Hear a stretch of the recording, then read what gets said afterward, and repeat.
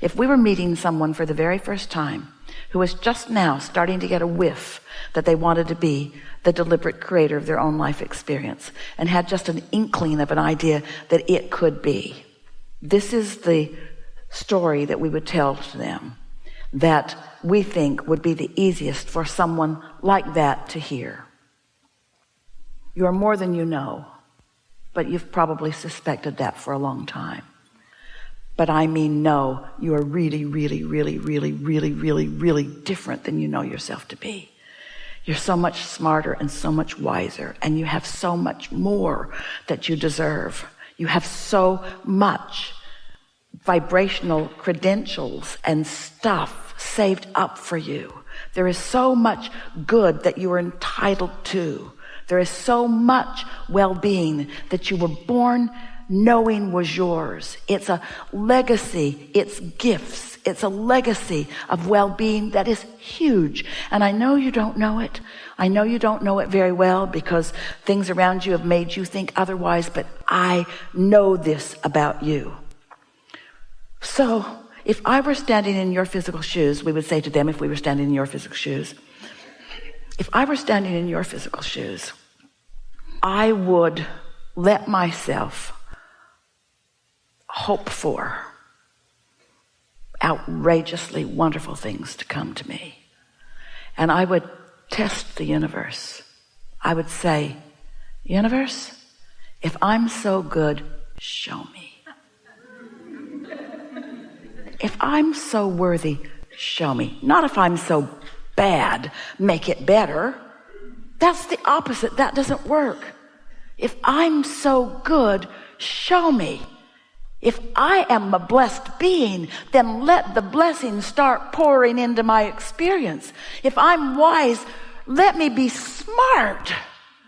If I'm blessed, then I want to be happy. This is a story that we would tell to them. You just got to play this game a little bit differently than you've been playing it. And just the slightest little shift in understanding who you are. Now, people come to a gathering like this, and Esther gives herself over to us and allows herself to express the vibration through words that we are emitting to her in a close to flawless way. She rarely requires a let's start that over again. Usually these days she's getting it right where we mean it to be in the first words out of her mouth. And so those like you listen with varying degrees of interest or opinions about it. But for some, Esther appears to be someone really sure of herself and clearly thriving and happy, who is expressing maybe opinions just like a whole lot of people on the planet are expressing opinions, and offering some processes or some ways of looking at things that in most cases, like with most people, you could take or leave. And we get that because words don't teach. But we also know that as you listen and allow yourself to calibrate to who you really are, to that greater knowing, to that eternal knowing. And if you pick something up like, well, I think I'll meditate. I think I'll quiet my mind. I think I will just focus on the air conditioner for a little bit and see what happens and see if I can feel some vibration moving within me and see if I can feel any movement in my physical body. Maybe I'll just meditate and see what happens with that. And maybe I will segment and tend. Maybe I will get out ahead of it just a little bit. So you do some exercises that cause you to release resistance. And when you do that, your vibration rises. And when your vibration rises, now you are in perfect concert with the flow of who you really are. And now your valve is wide open. And now what your inner being knows about this and that and this and that and this and that is known by you. So you find yourself daydreaming something. You find yourself having a thought about something, and you follow the thread of that good feeling thought, and then something happens. A result from that changed thought is noticed by you. So now this isn't just theory. It just isn't somebody else's opinion. This is you.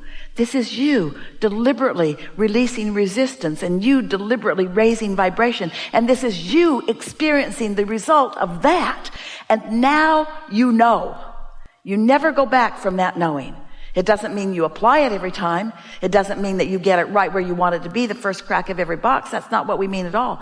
But it does mean you have the knowledge of how it works because you have shown it to yourself. You've had negative thoughts and negative emotions and you've seen where it's gone. You've deliberately found positive thoughts and positive emotions and you've seen where it's gone. You are empowered with these laws of the universe and you are supported by an enormous non-physical contingency that is there for you every time in every moment. So much so that as you begin moving through life with this deliberate intent, your moments are so full of this insight and this insight and this insight and this insight. It's not up and down and all around. It's not mostly bad and occasionally good. It's good and good and good and good. It's clear. It's fun. It's more. It's exhilarating. It's life. You get hooked on that, you see. It doesn't take very much for you to come back to who you really are. And you know why? Because you, as you came into this experience, were calibrated to your goodness. You were calibrated to source energy. You are calibrated to love. You're calibrated to well-being. That's your natural default position. That's who you are. That's what you're calibrated to. And this other stuff you've learned along your physical trail does not mean diddly squat in comparison with that. It's easy to hook into that. And it's easy to maintain it now that you know what you know.